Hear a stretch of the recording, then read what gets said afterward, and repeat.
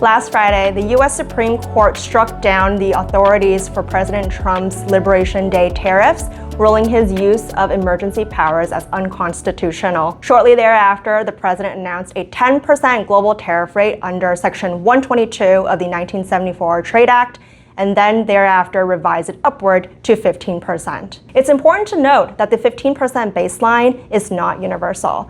Products covered under the Section 232 national security tariffs or may become thereafter covered under those Section 232 tariffs are exempt. However, the moment is not defined by the 15% figure, but rather the uncertainty surrounding it coming from three different directions. First, the Section 122 tariff has a clock on it. The authority lasts only 150 days before Congress has to vote to continue to authorize it, bringing the deadline to around late July.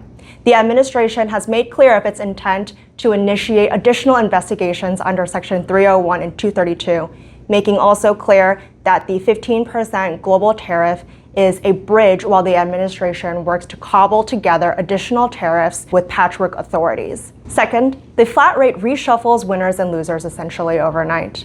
China and Southeast Asia, which had previously had higher tariff rates, will see their rates lowered, whereas partners like Australia and the United Kingdom will see increases in their rates. And this effectively opens questions about how these developments will interact with existing trade agreements or pending trade negotiations, including those that have been negotiated but not yet fully ratified. And third, the pace of policy change is a source of uncertainty itself.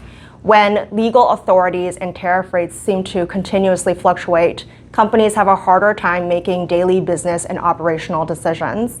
And when you overlay that with the complexities surrounding the question of refunds from the Liberation Day tariffs, the financial and operational pictures become even more complex. So what should businesses do? Moving forward, companies would do well to pay particular attention to how the United States engages trading partners in negotiations.